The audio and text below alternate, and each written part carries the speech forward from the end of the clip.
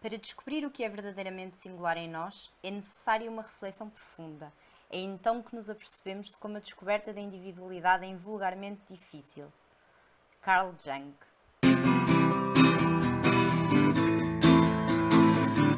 Bem-vindos, em primeiro lugar. Começo já por pedir desculpa caso haja algum ruído. Eu tenho a ventoinha ligada porque está muito calor aqui.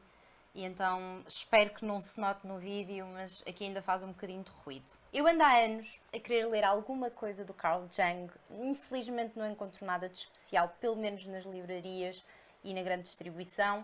E qual não foi a minha surpresa quando eu percebi que este livro ia ser lançado? Decidi logo que o ia querer ler e foi realmente uma surpresa muito agradável. E este livro é uma introdução abrangente ao contributo e às teorias do Carl Jung. Para quem não conhece esta personagem, ele foi um psiquiatra e psicoterapeuta suíço muito famoso. Fundou a psicologia analítica e, tal como Freud, ficou muito conhecido por ter criado alguns dos conceitos psicológicos usados até hoje, sendo que foi também um dos pensadores mais respeitados do seu tempo. O autor do livro é formado em filosofia e em psicologia, criou uma plataforma online de terapeutas ligados ao conceito junguiano. Uma coisa muito interessante na psicologia junguiana é que não há uma maneira certa e geral de fazer as coisas. Eles acreditavam muito numa psicologia individual que desafia a noção de personalidade certa do Freud, por exemplo, no sentido em que não se procura um tipo de modelo ideal de personalidade ou sequer uma personalidade correta, ou o que quer que isso signifique. Outra coisa muito interessante na análise junguiana é que os próprios terapeutas, antes de prestarem serviço, eles próprios têm que tratar dos seus traumas, das suas sombras e integrarem o inconsciente de forma a que depois a relação com o paciente seja uma relação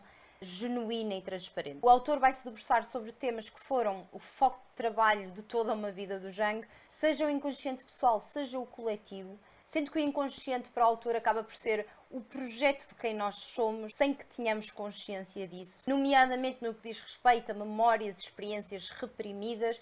E no caso do inconsciente coletivo, são os padrões universais e arquétipos que influenciam o comportamento humano. Outros dos temas muito desmiuçados neste livro têm a ver com os arquétipos, têm também muito a ver com a simbologia, com a questão dos sonhos, tudo muito relacionado com esta linguagem do inconsciente. As principais contribuições do Jung têm a ver com certos temas, nomeadamente a questão do inconsciente coletivo, ao contrário de Freud, e foi também uma das coisas que fez com que eles, em certo momento, cortassem relações. O Jung acredita nesta ideia de inconsciente coletivo, uma espécie de camada mais profunda da psique que contém imagem e memórias compartilhadas pela humanidade, e ele até dá o exemplo do Holocausto, por exemplo. Depois a questão dos arquétipos, que pode ser o arquétipo do herói, o arquétipo do sábio. Depois a questão da individuação, que consiste nesta integração de toda a totalidade do que nós somos, seja o inconsciente como o consciente, de forma a que nós consigamos realmente sermos realizados de forma pessoal. Provavelmente o tema que mais me interessou durante todo o livro foi a questão da sombra. A sombra representa esta ideia de aspectos ocultos e reprimidos em nós que nós tentamos negar, não olhar para eles. Basicamente tudo aquilo que nós sabemos que somos nós, mas que de alguma forma nos envergonham. A dor que esquecemos, o inaceitável, o trauma que vivemos, o vilão que também podemos ser e que põe em causa tudo aquilo que nós construímos em termos de persona, e que Jung defende que só integrando e aceitando este nosso lado de sombra é que nós conseguimos crescer pessoalmente. E é muito interessante. Eu tenho lido cada vez mais sobre esta questão da sombra e é muito interessante que toda a gente é unânime nesse sentido de o caminho é integrar e não esconder ou negar ou repudiar ou o que é que seja. Portanto, esta questão da sombra é muito importante também nas teorias do Jung. Inclusive, ele faz menção a um mecanismo de defesa chamado projeção da sombra, que é quando nós projetamos nos outros aquilo que são as nossas sombras. Ele até dá o exemplo de um bully.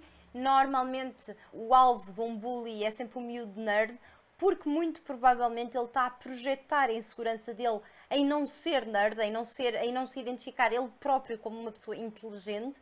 Portanto, ele vai tratar de maltratar alguém que o é. E o Jung defendia que o melhor trabalho político, social e espiritual que nós podemos fazer pelo mundo é retirar a nossa projeção da sombra do outro. O ânima e o ânimos, a questão do masculino e do feminino e do género contrário ao nosso, também é discutido no livro. A questão da sincronicidade. O autor era muito ligado a esta questão e era possivelmente mais uma das coisas em que ele e o Freud estavam completamente em lados opostos. Jung foi também muito ligado sempre à questão da mitologia e da religião, a que ele associava à questão do inconsciente coletivo. É muito interessante que nós percebemos que realmente diferentes mitologias de diferentes partes do mundo compartilhavam temas arquetéticos comuns. O que é que eu gostei mais no livro? Eu acho realmente que é uma excelente introdução a quem não conhece nada da obra do Jung.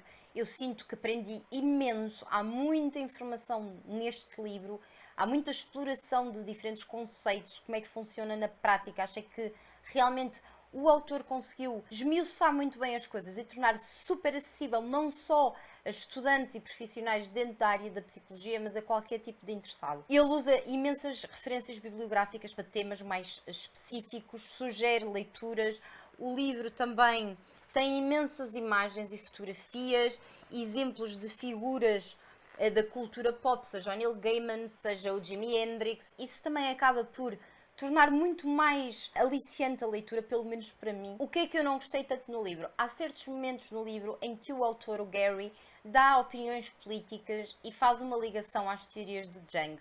E atenção, eu concordo com a maior parte das opiniões políticas que ele dá no livro, nomeadamente ele diz que neste momento muita coisa está mal no mundo por causa do excesso desta energia masculina que até aqui foi acontecendo e que as coisas agora estão a melhorar exatamente porque está a haver um renascer da energia feminina, seja por esta procura e esta busca por um lado mais espiritual das pessoas, seja pela questão dos movimentos feministas que estão de novo a emergir, seja esta ligação cada vez mais forte e principalmente depois do Covid à natureza, há efetivamente uma energia feminina que está a tornar-se dominante e que até aqui foi a causa de muitos problemas, segundo o autor, nomeadamente as questões ecológicas e as guerras e o estado do mundo, é tudo uma energia muito masculina.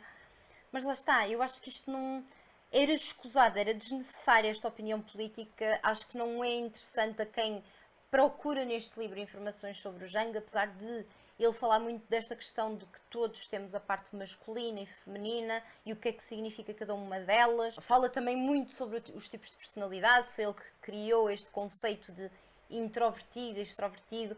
É muito interessante acompanharmos toda a obra do Jung, mas realmente eu acho desnecessário estes comentários de opinião do autor quando não dizem nada a respeito.